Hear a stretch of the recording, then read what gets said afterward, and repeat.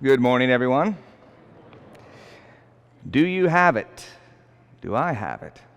What are we talking about here? It's a syndrome, all right? It's important for us to ask that question, to be self-reflective. Do I have it? It's a syndrome.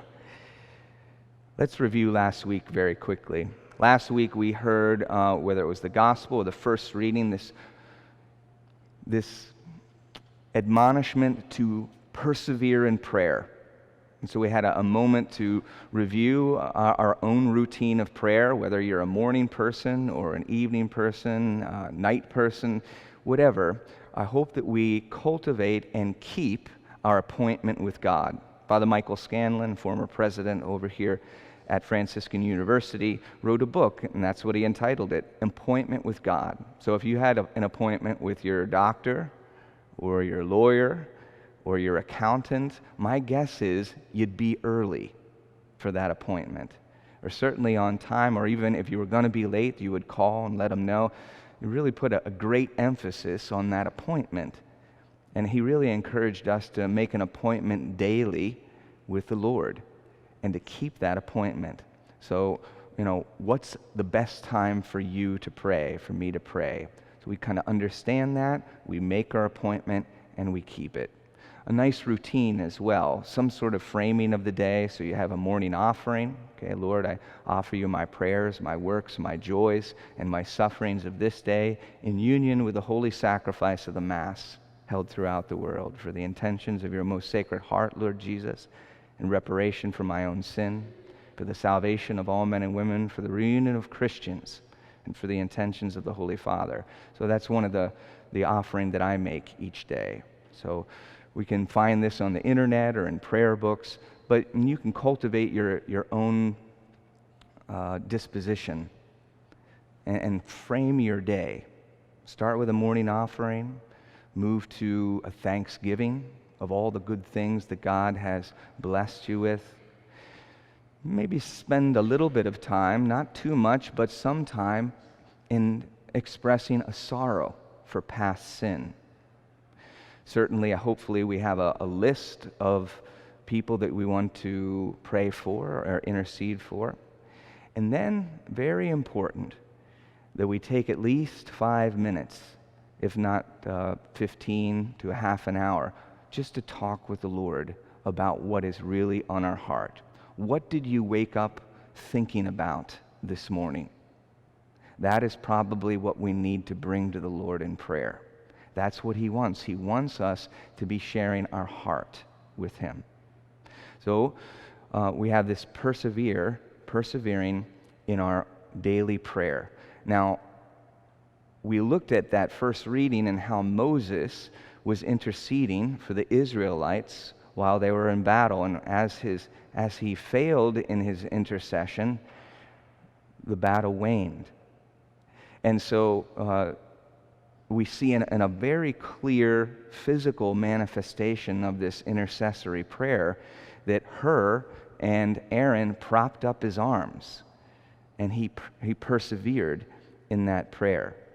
And I put it this way to us all: we want to persevere in prayer with a partner in prayer. So, do you have a prayer partner?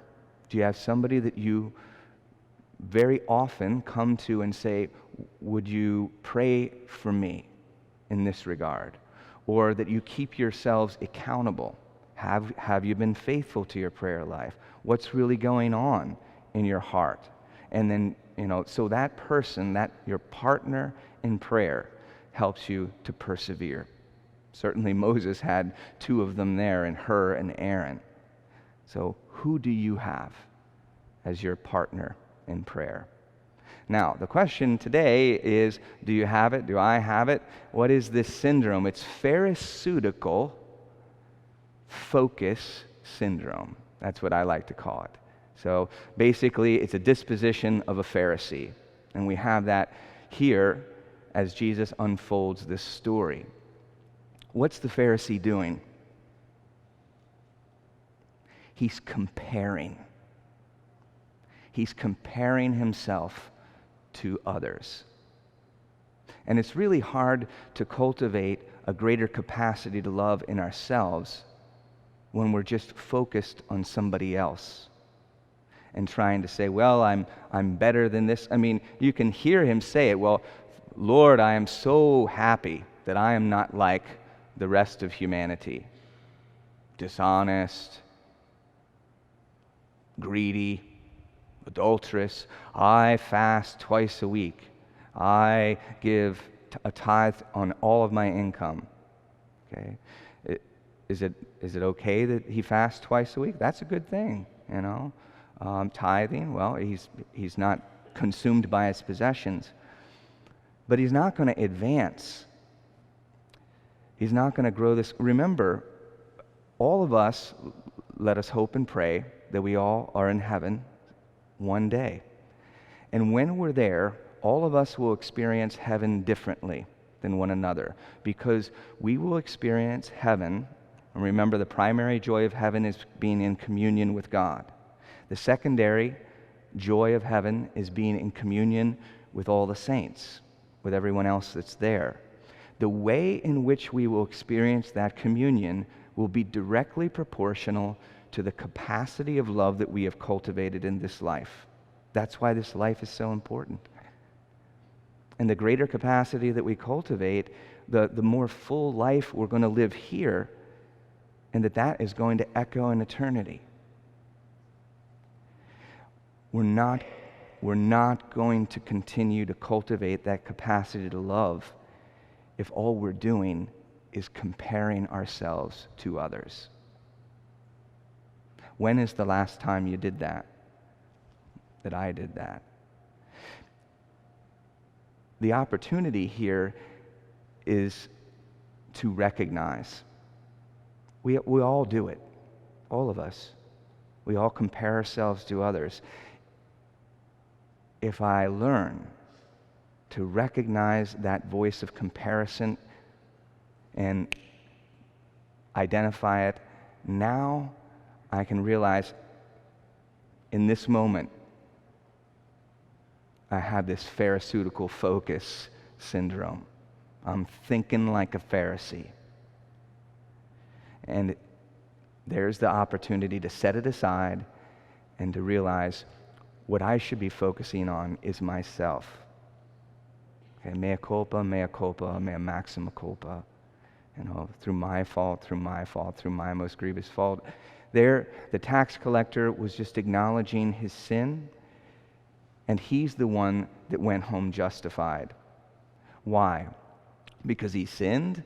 No, because he was being honest with himself and honest with God. That, by the way, is the definition of humility, the simple acknowledgement of the truth about ourselves. So when we're engaged in our prayer life, when we're being honest with ourselves, now we're in the disposition of where our capacity to love can grow. Pharisaical focus syndrome, thinking like a Pharisee. When's the last time you played the comparison game?